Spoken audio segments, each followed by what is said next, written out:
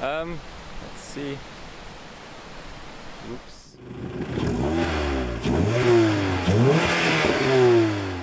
So I just woke up from the fancy room. I got through the noise of the loud girls. I was the first one to take a shower. And let's see, I'm just gonna let this big beamer and this camper come by. And as you can see, it's really rainy, and I checked the radar and it says it's gonna rain for the rest of the day. And I was supposed to hike the Trolltunga today. That's probably not gonna happen.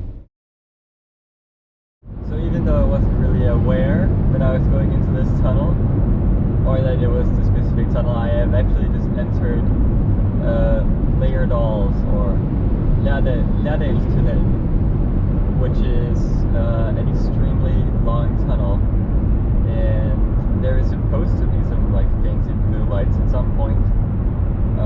So far it looks like all the other tunnels, but it's 24 kilometers long.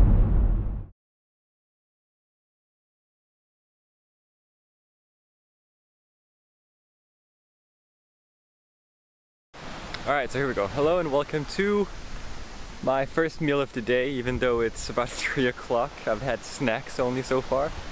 I found an area and I've set up the little stove. There is some very nice blue water, or turquoise, I'd rather say water, and some pretty views. Let's see here. I find the landscape very interesting in the way it curves, and it's also kind of cool to see how the Norwegians have built around the whole landscape. But yeah, I'm headed to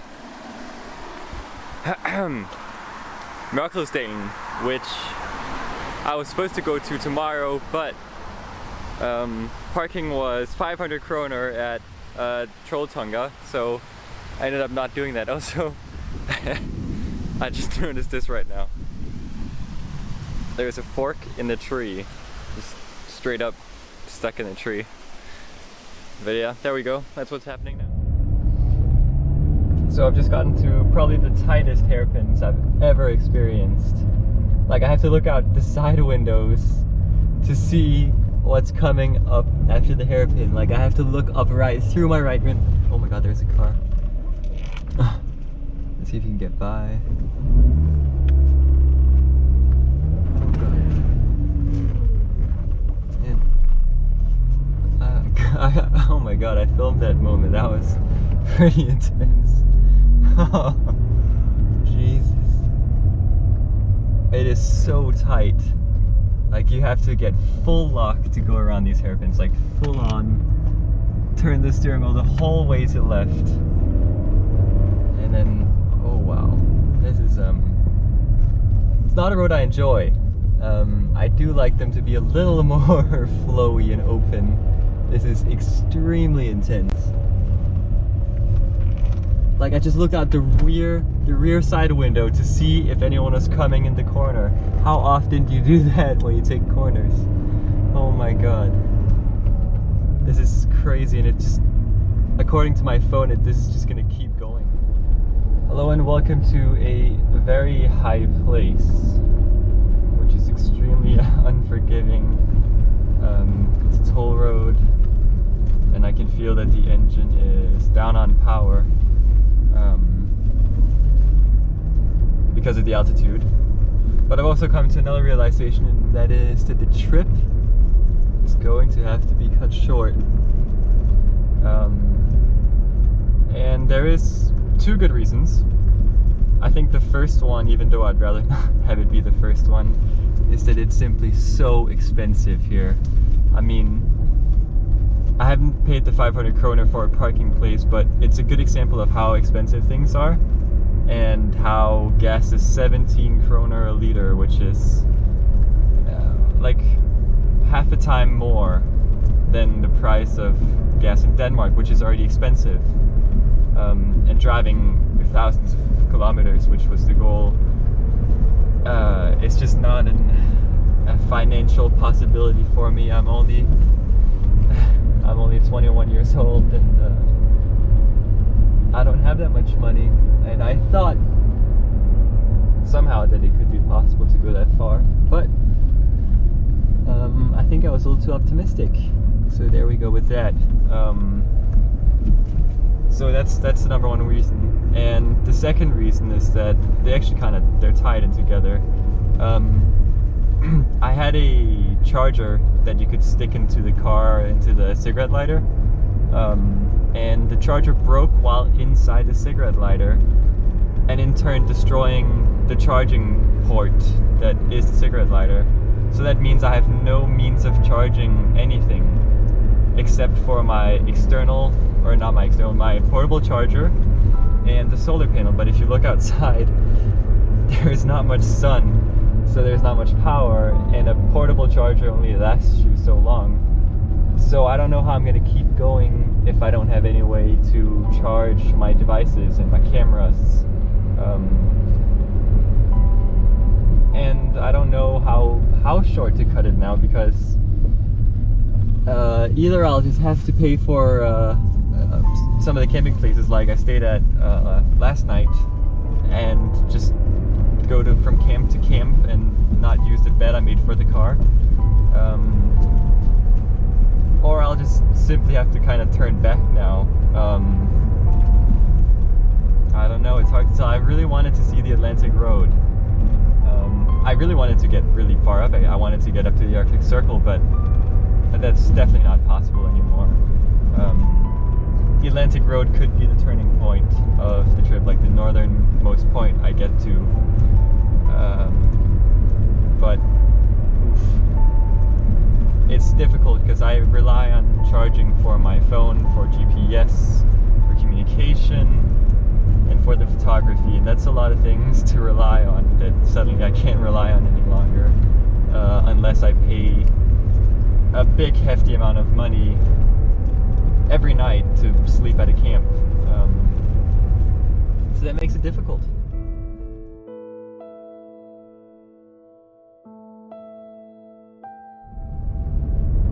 I think a third reason is that I think one of the things that inspired me so much to go on a solo road trip, or just a road trip actually, like with a cheap car, an ambitious target, was Top Gear. And the thing that Top Gear got going for them was they were three and they had a good chemistry, and that's why it was so fun to do these impossible challenges, because you had the teamwork and you had the team spirit, and the team here is just me. Not a lot of morale, I guess. Oh, I think we're gonna go down. But yeah, going on a road trip is definitely possible and fun to do on your own. But I think going with someone is just going to, unless it's not someone good, but I think it's only going to improve the experience. Like when I sit and eat, it gets very quiet quickly. Like I just kind of, sit and eat, and then what? You just sit in quietness and eat every night. And I think it's definitely something you can do, but when you have a good meal and a crazy view and a long days of, like a whole day of experience, you kind of want to share it and reflect on it with someone. And you can do it to a camera, of course, and which is kind of what I've done, but it's not the same. I think solo trips, I think maybe a week is probably a good amount of time for a solo trip. The fourth reason that it's hard to keep going is because I already knew when I left that I wouldn't get to the Nord Cap. Like I wouldn't get to the target that I had wanted to get to. This place is really scenic. I'm gonna stop here. But yeah, I couldn't go to Nord Cap, and when you don't have a target to reach, you don't have as big of a spirit to keep going. So those are the reasons. Maybe I should do a little thing on the reasons to go, because it's seeming very depressing now. But yeah, so that's that. My little driving vlog.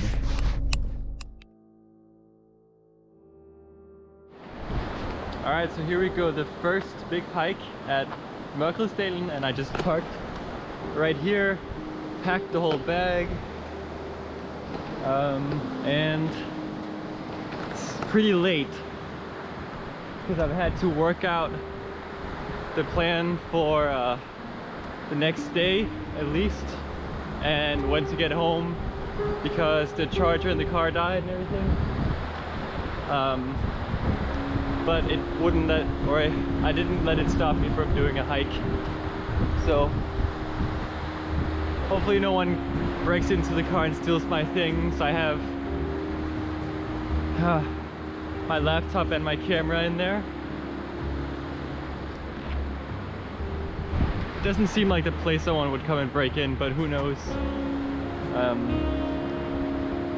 But that's just kind of how it has to be.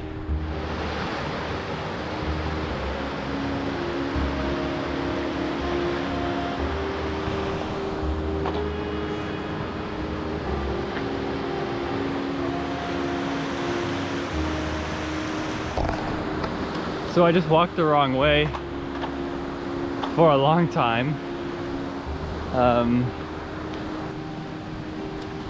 Yeah, so it was not a good decision to go left. Had to go the right way, you know. So we're just gonna keep on walking.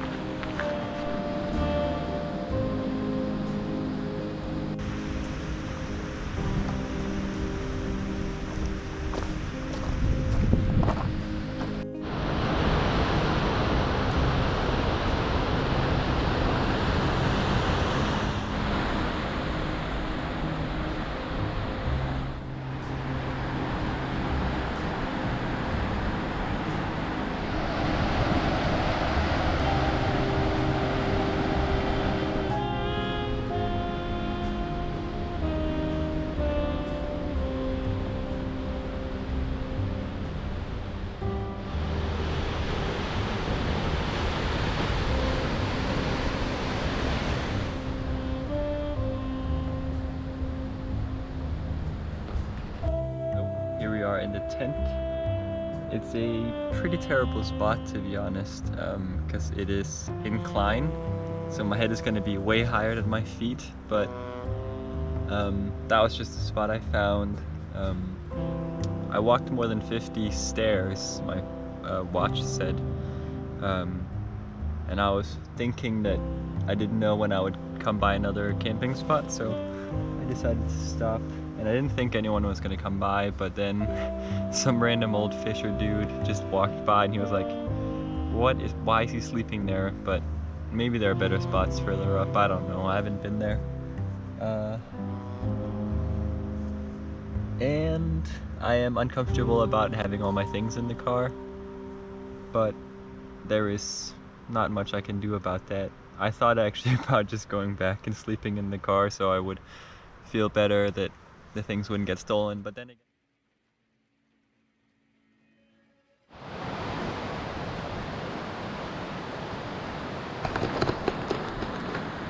So in the last video I talked about how I didn't feel good about the stuff being left in the car, even though I had set up the tent and blown everything up, and I just figured I'm alone, I can do whatever I want. So I packed up. It's now 11 p.m. Still light, sun setting out there over the snow on the mountains, and I'm heading back to the car. I just did not feel comfortable leaving all my stuff in there, and I hope no one has stolen anything. I don't think they have. I just thought, now I want to be a minimalist, right?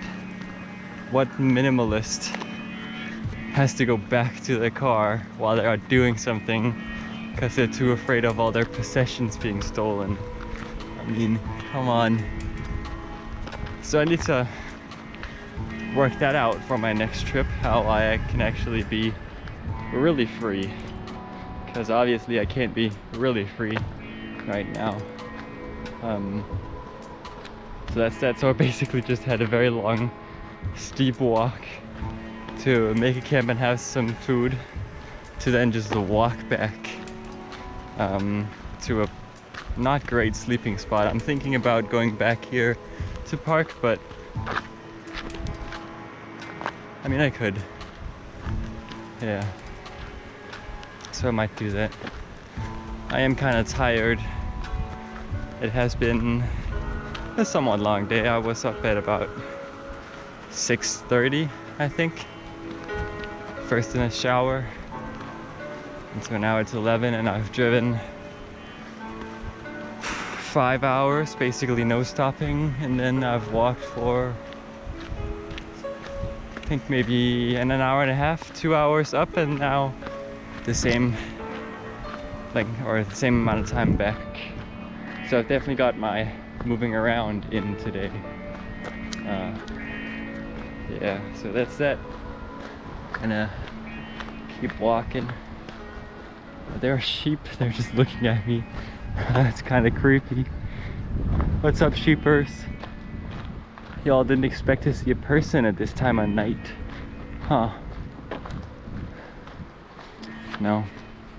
Still eating though.